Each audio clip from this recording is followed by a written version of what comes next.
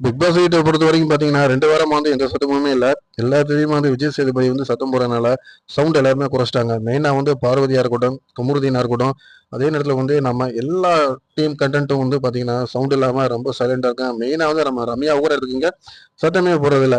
இந்த மாதிரி இருக்கும்போது யோசிக்க ஆரம்பிச்சிட்டாங்க, என்னடா சத்தம் போட்டதெல்லாம் வந்து பொதுவாகவே வந்து நல்லா இருக்கும் பிக் பாஸ் வீடு, யாருமே சத்தம் போட மாட்டாங்களே அப்படின்னு சொல்லிட்டு இவங்களே என்ன பண்ணிட்டாங்கன்னா ஆதிவரையை கூட வந்து உள்ள விட்டுருக்காங்க.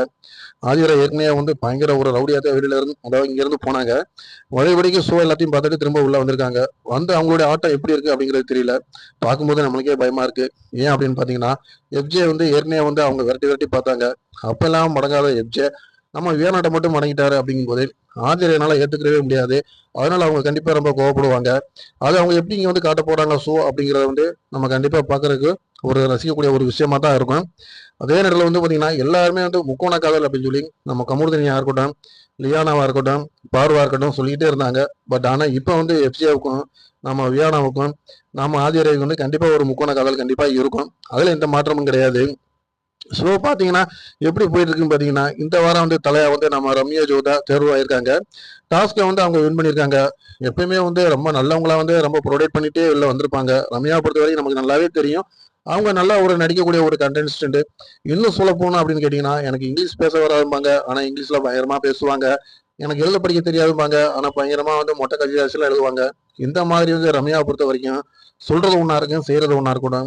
பட் இந்த வார தலைவராக இருந்து தலையில அவங்களுடைய கண்டிப்பா உண்மையான முகம் வெளியில கண்டிப்பா வரும். ஏன் அப்படின்னு கேட்டீங்கன்னா, பொதுவா ஒருத்தவங்களுக்கு பதவி வந்துட்டா அந்த பதவியை வந்து அவங்களுக்கு சாதகமாக தான் பயன்படுத்துவாங்க. ஸோ ரம்யாவுக்கு வந்து இது ஒரு சான்ஸ் அப்படின்னு எல்லாரும் நினைக்கிறாங்க. ஆனா இதை வச்சுதான் கண்டிப்பா ரம்யா ஒரு டவுன் ஆவாங்க அப்படிங்கிறது என்னோட கருத்தா இருக்கு. ஏற்கனவே வந்து விஜய் சேதுபதி சார் வந்து 2 வாரமா சொல்லியிருக்காரு, ரம்யா உனக்கு வந்து ஏற்கனவே வந்து ஓட்டு ரொம்ப குறைஞ்சிக்கிட்டே வந்துகிட்டு இருக்கு, நீ இன்னும் நல்லா விளையாடணும் அப்படின்னு சொல்லியிருக்காரு. இதை அவங்க ஒரு வாய்ப்பா பயன்படுத்திட்டு அவங்க என்னெல்லாம் பண்ண போறாங்க அப்படிங்கிறது வந்து நம்மளுக்கு கண்டிப்பா தெரியல. அதையும் நம்ம கண்டிப்பா பார்ப்போம். அதே நேரத்தில் வந்து பாத்தீங்கன்னா பார்வதியை பொறுத்த வரைக்கும் பாத்தீங்கன்னா ரொம்ப டாப்ல இருக்காங்க.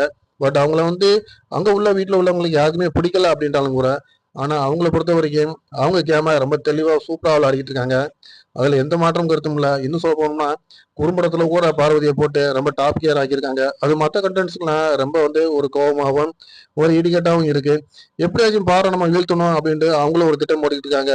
அந்த திட்டத்துல முறியடிச்சு பார் வந்து எப்படி ஜெயிச்சு வராங்க அப்படிங்கிறத பார்க்கலாம். அதே நேரத்தில் வந்து பாத்தீங்கன்னா கமலினுக்கு வந்து பாராட்டு மலை வந்து நம்ம விஜய் சேதுபதி கொடுத்திருக்காரு. தொடர்ந்து நம்ம சேனலை பாருங்க, லைக் பண்ணுங்க, ஷேர் பண்ணுங்க, சப்ஸ்கிரைப் பண்ணுங்க.